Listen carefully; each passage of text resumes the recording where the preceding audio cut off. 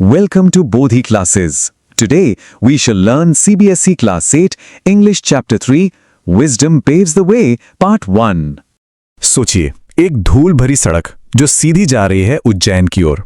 सूरज बिल्कुल सिर पर है और दूर से, बहुत दूर से शहर का हल्का हल्का शोर सुनाई दे रहा है। ये सिर्फ एक रास्ता नहीं है, ये एक ऐसा सफर है जिसमें मुश्किलें भी हैं और उम्मीदें भी, और मंजिल है उज्जैन।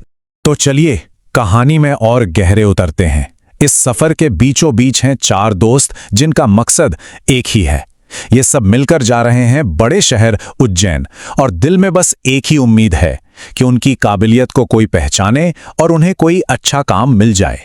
तो सबसे पहले हैं रामदत्त। इनकी नजरें क्या कहने, इतनी तेज हैं कि वो चीजें भी देख लेते हैं जिन पर आमतौर पर किसी की नजर ही नहीं जाती, और अपने ज्ञान पर तो इन्हें पूरा भरोसा है, मतलब कॉन्फिडेंस से भरे हुए हैं। और फिर आते हैं शिवदत्त। इनका दिमाग समझ लीजिए एक पहेली सुलझाने वाली मशीन की तरह है। हर चीज को बारीकी से देखते हैं, एनालाइज करते हैं और फिर लॉजिक के हिसाब से नतीजा निकालते हैं। उनके लिए हर चीज के पीछे कोई ना कोई वजह जरूर होती है। अब बारी हरदत्त की। ये हैं ग्रुप के सबसे प्रैक्टिकल इंसान, मतलब हमेशा जमीनी हकीकत की बात करते हैं, ऐसे सॉल्यूशंस ढूंढते हैं जो सच में काम करें। बायोलॉजी की भी इन्हें काफी अच्छी समझ है। और आखिर में है देवदत्त। इनके पास एक कमाल की इंसाइट है, मतलब वो छोटी छोटी डिटेल्स को भी पकड़ लेते हैं और उनका मतलब समझ जाते हैं। वो सिर्फ ऊपर ऊपर से नहीं देखते, बल्कि चीजों की गहराई में उतर जाते हैं। तो इन चारों का सबसे बड़ा मकसद क्या है? राजा की सेवा करना। जैसा कि रामदत्त कहते भी हैं कि काश हम राजा तक पहुंच पाते। मुझे यकीन है वो हमारी काबिलियत को जरूर पहचानेंगे।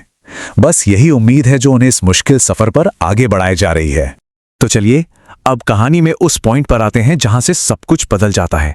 सड़क पर एक बहुत ही मामूली सी दिखने वाली चीज इन चारों का ध्यान खींच लेती है, और बस यहीं से शुरू होता है घटनाओं का एक ऐसा सिलसिला जिसके बारे में उन्होंने सोचा भी नहीं था। अचानक हरदत्त की नजर जमीन पर कुछ निशानों पर पड़ती है, और बस उसी एक पल में उनके सफर का मकसद जैसे बदल सा जाता है। अब उनका ध्यान अपनी मंजिल पर नहीं, बल्कि उनके सामने पड़ी इस पहेली पर है। निशान एक ऊंट के हैं, पर ऊंट तो कहीं भी नहीं दिख रहा। अब यहां से जो होता है वो बहुत ही ज्यादा मजेदार है।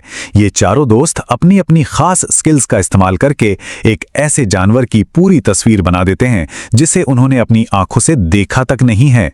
यही तो है उनकी बुद्धिमानी का असली इम्तिहान। तो देखिए इनकी कलेक्टिव इंटेलिजेंस कैसे काम करती है। रामदत्त एक धुंधले से पैर के निशान को देखकर कहते हैं, ये ऊंट तो एक पैर से लंगड़ा है। फिर शिवदत्त देखते हैं कि ऊंट ने सिर्फ बाईं तरफ की पत्तियां खाई हैं। वो तुरंत कहते हैं, इसका मतलब ये दाहिनी आंख से अंधा है। हरदत्त को मच्छर के काटने के निशान दिखते हैं, और वो अंदाजा लगाते हैं कि उसे भगाने के लिए इसकी पूंछ छोटी पड़ गई होगी। और देवदत्त वो सामने के पैरों के गहरे निशानों को देखकर समझ जाते हैं कि ऊंट के पेट में दर्द था। देखिए हर एक बात के पीछे पक्का लॉजिक है। तो सवाल ये उठता है कि आखिर बिना ऊंट को देखे ये लोग उसके बारे में इतना सब कुछ कैसे जान गए? ये बात ही उनकी काबिलियत को दिखाती है ना?